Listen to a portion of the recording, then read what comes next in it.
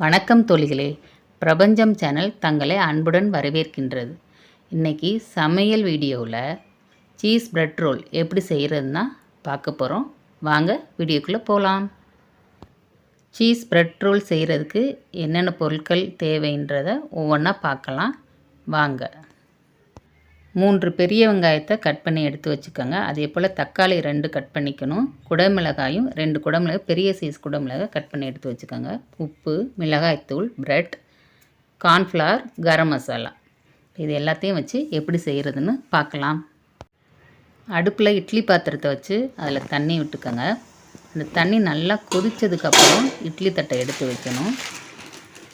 நம்ம ப்ரெட்டு வச்சுருக்கோம் பாருங்கள், அது எல்லாத்தையும் எடுத்து இட்லி பாத்திரத்தில் வச்சு வேக வச்சு எடுத்துக்கணும். அது வெந்து தான் இருக்கும், அது கொஞ்சம் சாஃப்டாக ஆகணும். அதுக்காக தான் நம்ம அதை வேக வைப்போம்.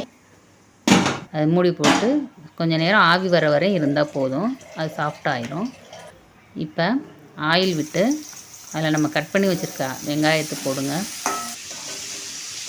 நெக்ஸ்ட்டு குடமிளகாய் எல்லாமே பொடி பொடியாக கட் பண்ணி வச்சுக்கணும்.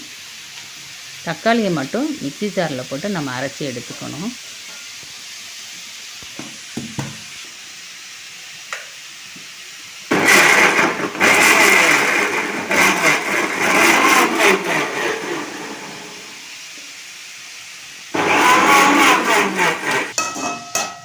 இப்போ நம்ம குழந்தைங்களுக்கு ஸ்நாக்ஸ் வேணும்னா கடையில் வாங்காமல் இந்த மாதிரி நம்ம வீட்டில் செஞ்சு கொடுத்தோம்னா ரொம்ப ஹெல்த்தியாக இருக்கும். இப்போ நம்ம அரைச்சி வச்சுருந்த அந்த தக்காளியும் அதில் சேர்த்துக்கலாம். பச்சை வாசம் போகிற வரையும் நல்லா நம்ம வதக்கி விட்டுறணும். இப்போ இதுக்கு தேவையான பொருட்கள்லாம் போடுவோமா. மிளகாய்த்தூள், தேவையான அளவுக்கு உப்பு, இது எல்லாத்தையும் போட்டு நல்லா கிண்டி விட்டுறணும்.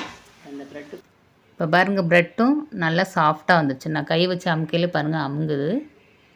இப்போ சாஃப்டாக இருக்குது. இப்போ பன்னீர் எடுத்துக்கலாம். இந்த பன்னீர் நானே வீட்டில் செஞ்சதான். இதுவும் நான் கடையிலலாம் வாங்க மாட்டேன், வீட்டில் தான் செய்வேன்.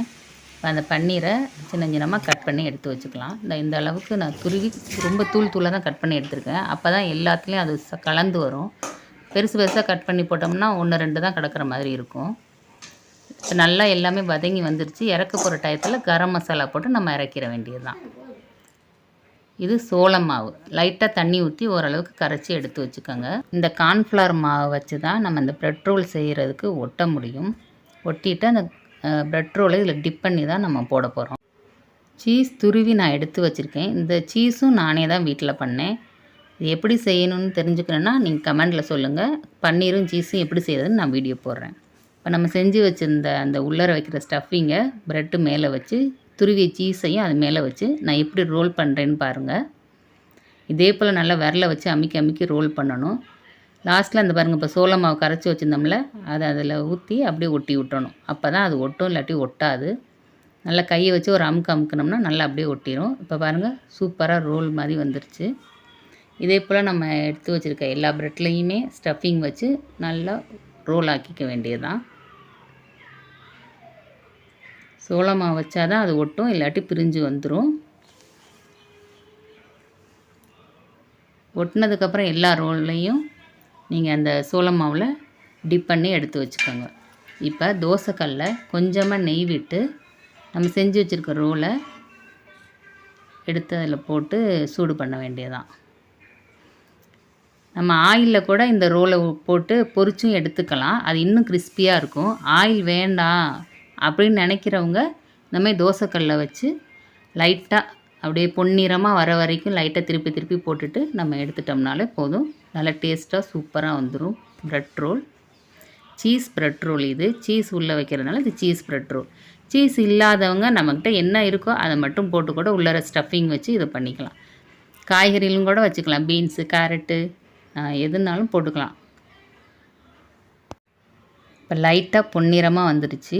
இதே போல் எல்லா சைடுமே நல்லா பொன்னிறமாக வர வரை நம்ம திருப்பி போட்டுக்கிட்டே இருக்கணும். திருப்பி போடலைனாக்கா லைட்டாக கருகின மாதிரி ஆயிரும். அதனால் அப்பைக்கப்போ நம்ம திருப்பி போட்டுக்கிட்டே எல்லா சைடுமே பொன்னிறமாக வர வரையும் எல்லா சைடுமே திருப்பி போட்டுகிட்டே இருக்கணும்.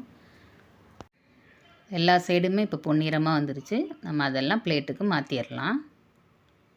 இப்போ சுவையான சீஸ் ப்ரெட் ரோல் தயாராகிடுச்சு. இனிமேல் சாப்பிட்டு பார்க்க வேண்டியதான்.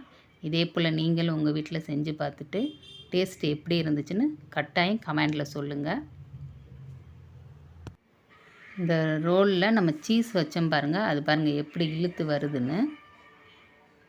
சூப்பராக வந்திருக்குது.